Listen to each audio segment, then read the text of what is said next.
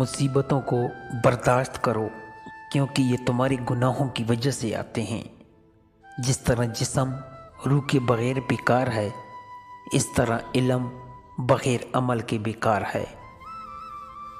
روٹی کا ٹکڑا اور معمولی لباس سلامتی کے ساتھ میسر آتا رہے تو یہ عیش سے بہتر ہے، جس کے بعد ندامت اور شرمندگی کا سامنا کرنا پڑے۔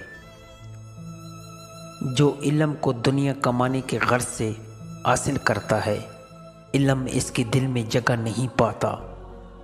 تمہارے ساتھ کوئی نیکی کرے یا بدی، لیکن تم ہر ایک کے ساتھ احسان کرو۔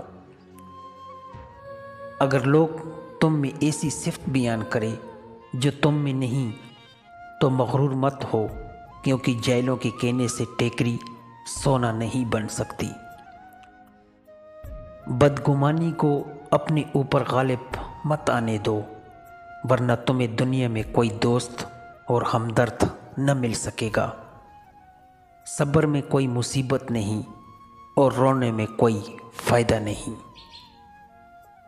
اگر کوئی کام کسی دوسرے کے سپرد کرنا ہے تو دنا کے سپرد کرو، اگر دنا میسر نہ آئے تو خود کرو، ورنہ ترک کر دو۔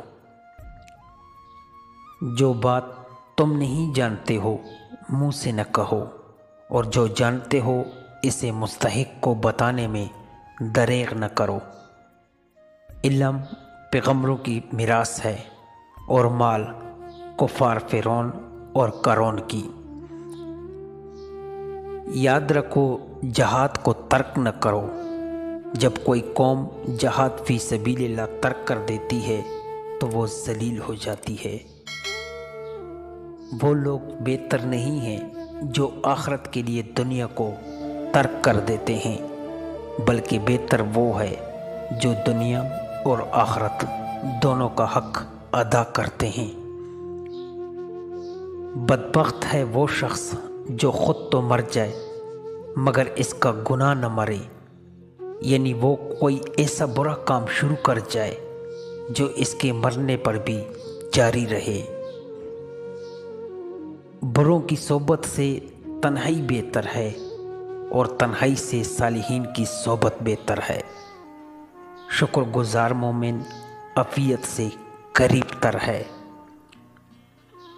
حقیقی سخاوت یہ ہے کہ مخلوق خدا کو تکلیف سے بچانے کے لیے خود وہ تکلیف اٹھا لو۔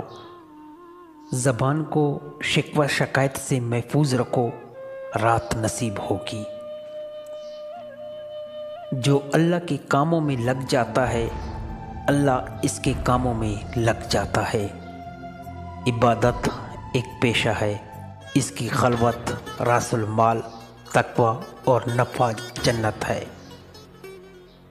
عاجز ترین شخص وہ ہے جس کا کوئی دوست نہ ہو۔ ہر شے کے ثواب کا اندازہ ہے مگر صبر کے ثواب کا اندازہ نہیں۔ آنکھ دل کا دروازہ ہے، اس کی حفاظت کرو کہ تمام آفت اس راہ سے بدن میں داخل ہوتی ہے۔ چوری اور خیانت سے بچو، یہ افلاس پیدا کرتی ہے۔ اگر تم ہنستے ہو تو ساری دنیا تمہارے ساتھ ہنسے گی، لیکن سوتے وقت تمہیں اکیلے رونا پڑے گا۔